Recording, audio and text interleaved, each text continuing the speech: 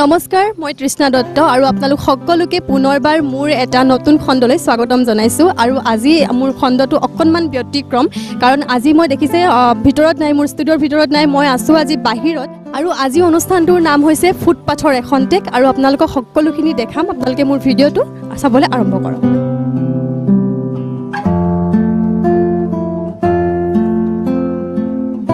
কি খবৰ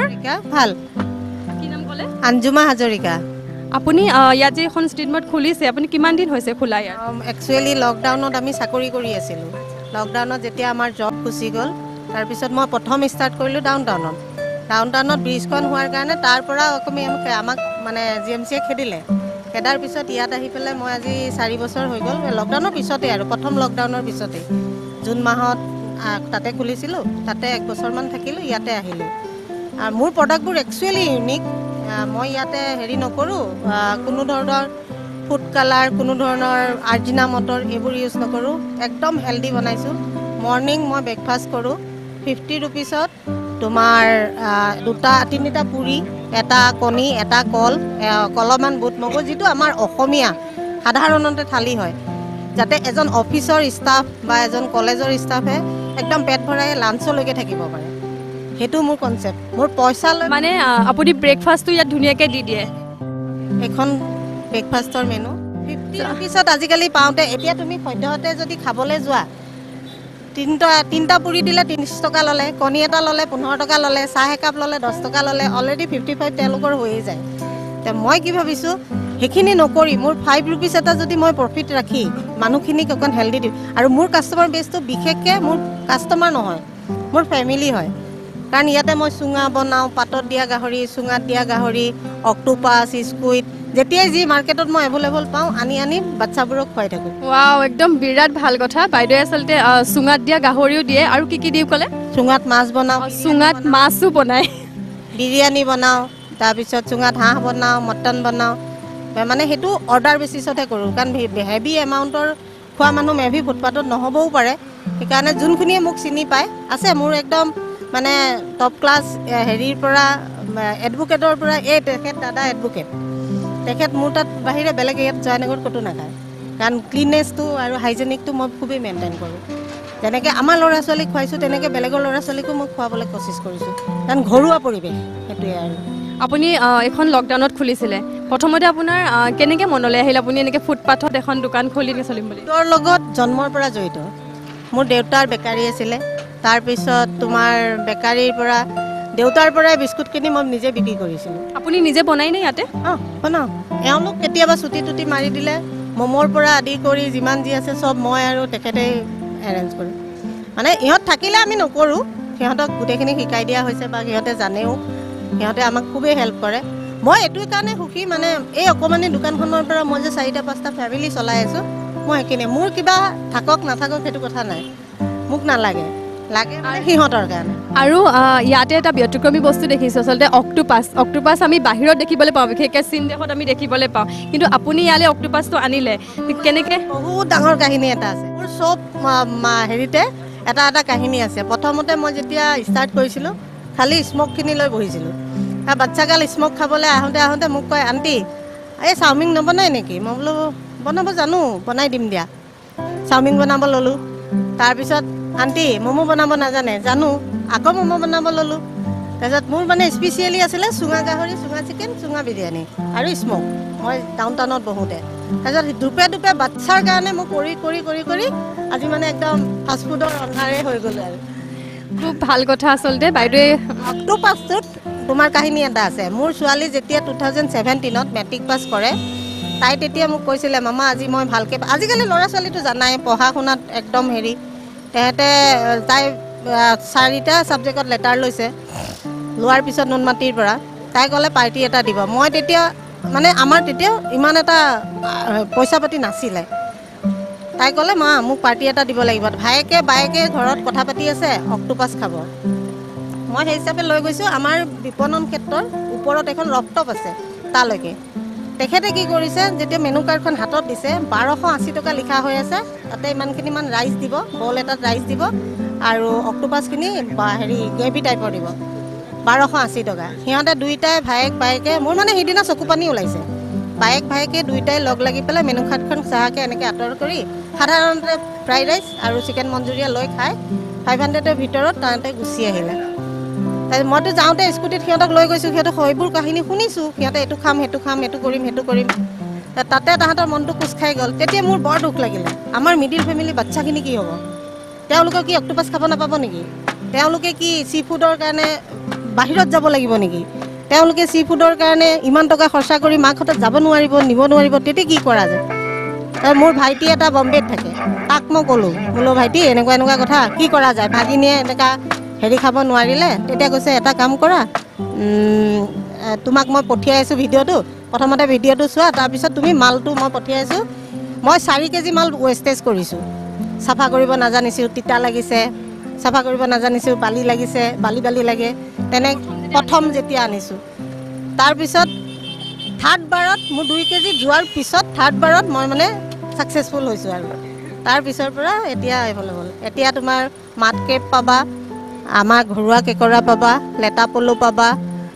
তাৰপিছত ডাঙৰ ডাঙৰ টাইগাৰ প্ৰনছ পাবা, লবষ্টাৰ অৰ্ডাৰ বেচিছত আনি দিওঁ, স্কুইড থাকে, কিমচি ফ্ৰাই, এনেকুৱা। আপুনি যে অক্টোপাছটো যে আনে, অক্টোপাছটো ক'ৰ পৰা আনে, মানে ক'ৰ পৰা ছাপ্লাই হয়তো? মোৰ সেই ক'লোঁ নহয়, বম্বেত ভাইটি এটা থাকে,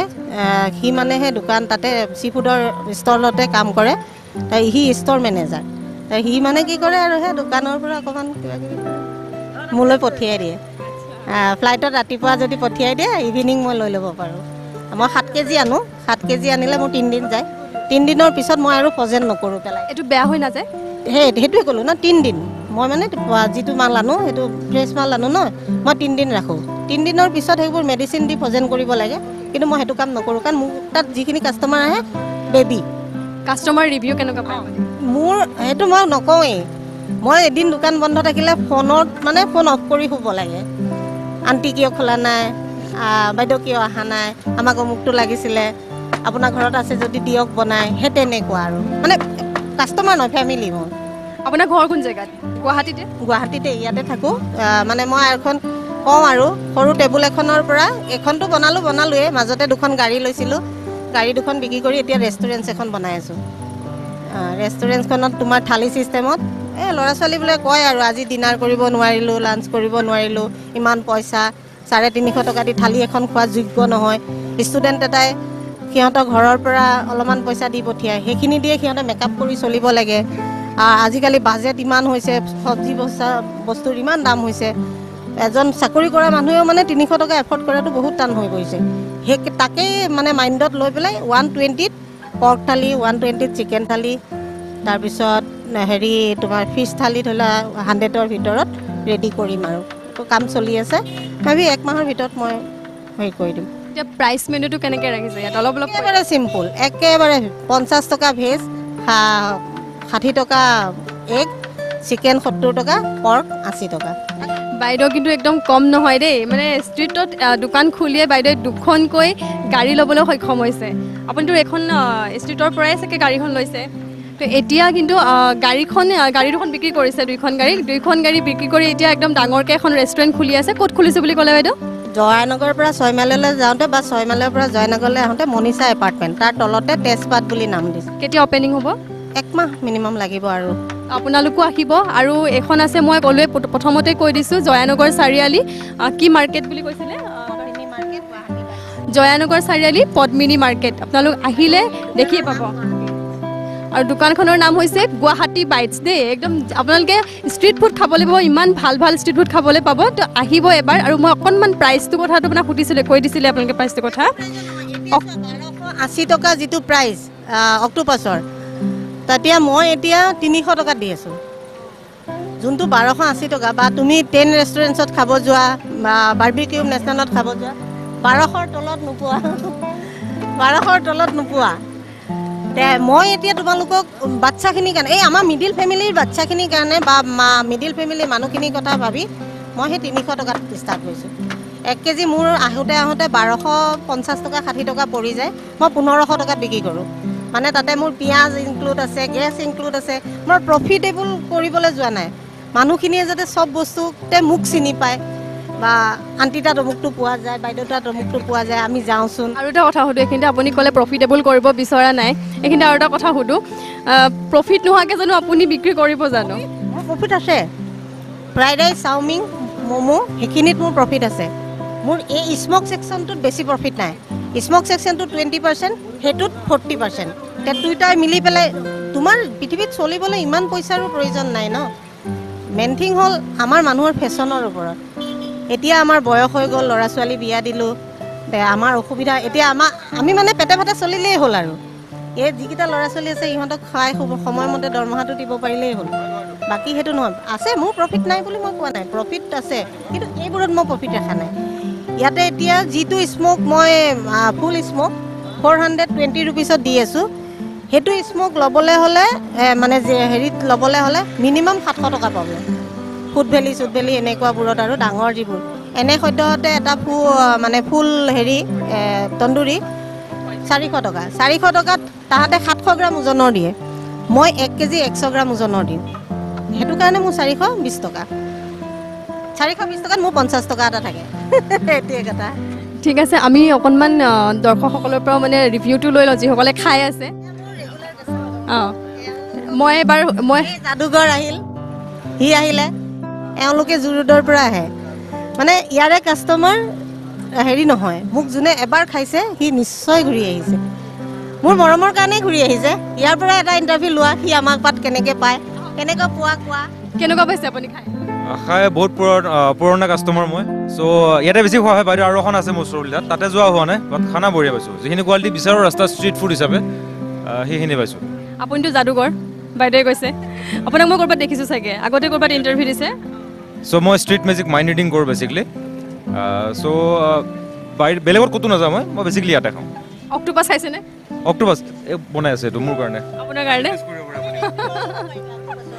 ঠিক আছে আমি অক্টোপাছৰ এবাৰ দেখাম আৰু কি খাইছে ইয়াৰে মই বেছিকৈ পৰ্ক খোৱা হয় আৰু বেছিকৈ অক্টোপাছ বাছ ঠিক আছে থেংক ইউ আৰু বেলেগ বিচাৰোঁ ফ্লেভাৰ মানে বাইদেউ কৈছিলোঁ নেকি এদিন বাঁহত দিয়া আপোনাৰ চুঙাত দিয়া যদি ইয়াত ৰাখে আপোনাৰ গাহৰি ৰাখে মানে আমাৰ লোকেল এথনিক বস্তুখিনি আৰু বেছি ভাল লাগিব সেইটোৱে বাইদেউ কি কয় চুঙাত দিয়া গাহৰি সি ভাগত নাপায় মই বনাওঁ সি ভাগত নাপায় সি আহোঁতে কোনোবা দিনা হয়তো লেট হ'ব নহ'লে একদম সোনকালে আহিব তেতিয়ালৈকে মোৰ শেষেই হৈ যায় 7:30 মোৰ ম'ম' শেষ হৈছে 110 প্লেট ম'ম' শেষ হৈছে তাৰপিছত ম'ম' নাই এই বেলেগ এটা মানুহৰ পৰা আনিলোঁ কাষ্টমাৰে ক'লে এই বাইদেউ আপোনাৰ ম'ম' নহয় মানে খালেই বুজি পায় টেষ্টতে বুজি পায় মই অক্টোপাছ খাই পোৱা নাই তেনেকুৱা আৰু ঠিক আছে আমি আৰু অকণমান ৰিভিউ লৈ লওঁ বাইদেউ কি খাই আছে আমি স্মক চিকেন লৈছোঁ অক্টোপাছ খাইছে অক্টোপাছ নাই খোৱা টেষ্ট কৰা নাই ভাল টেষ্টটো ভাল আগতেও আহিছে নে আজি আগতে আহিছোঁ ভালেই পাইছোঁ যেতিয়া খাইছোঁ আৰু ভাল লাগিছে বহুত ভাল কি খাই ভাল পোৱা চিকেন মাছ চব্জি অক্টোপাছ খাইছা ইয়াৰ নাই ঠিক আছে থেংক ইউ প্ৰিয় দৰ্শক এতিয়া আমি অকণমান অক্টোপাছ টেষ্ট কৰি চাওঁ বুলি কৈছে তেওঁ একচুৱেলি মোক অফাৰ কৰিছে অক্টোপাছৰ কাৰণে তেওঁ খাবলৈ লৈছিলে তো ময়ো অলপ টেষ্ট কৰি চাওঁ তেওঁ যিহেতু দিছে কেনেকুৱা পালে খাই জনাই আছোঁ আপোনালোকক এবাৰ একদম কেমেৰা ফ্ৰণ্টতে আৰু মই বিচাৰোঁ এক পিচ খাই যাওঁ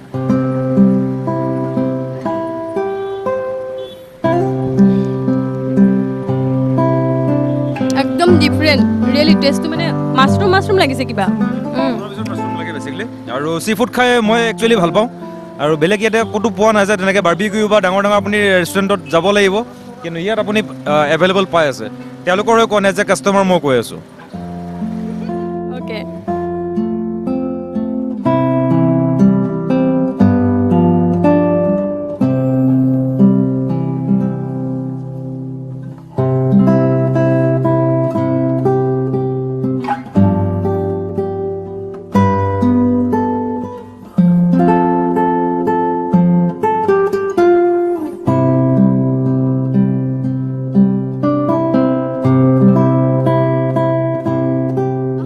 আপোনালোকে মোৰ ভিডিঅ'টো চালে কেনেকুৱা পালে চাই জনাব আৰু যদি ভাল লাগিছে মোৰ চেনেলটো লাইক কমেণ্ট শ্বেয়াৰ কৰি দিব আৰু লগতে ছাবস্ক্ৰাইব কৰি দিব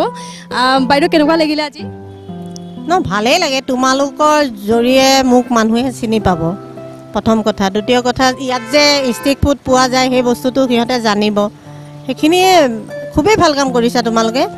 তোমালোকৰ এইখিনিত মই বহুত সহায় জনাওঁ তুমি বুলিয়ে নহয় বহুতো ভাইটি ভণ্টি আহে এনিৰ পৰা সিদিনা ভাইটি এটা আহিছে তোমাৰ মই এখন মেলাত এটেণ্ড কৰিছিলোঁ সমবায় মেলা সি অক্টোপাছ তাতে মই বনাইছিলোঁ সি দেখিলে তাকো সহায় জনাইছোঁ আৰু তোমালোকক তোমালোক বহুত ওপৰলৈ যোৱা মই তাকে আশা কৰি পেলাই ভিডিঅ'টো ৰাখিলোঁ আৰু যাতে চেনেলটো চোৱাৰ পিছত তাইক অকণ চবেই সহায় কৰে লাইক কৰে কমেণ্ট কৰে তাইক যাতে ওপৰলৈ যাবলৈ সহায় কৰে এইখিনিয়ে মই বিচাৰোঁ আৰু বহুত বহুত ধন্যবাদ বাইদেউ আপোনাক আৰু আপোনালোককো বহুত বহুত ধন্যবাদ আপোনালোকে ইমান দেৰিলৈকে মোৰ ভিডিঅ'টো চাই থকাৰ বাবে তেতিয়াহ'লে আজিলৈ আহিছোঁ ধন্যবাদ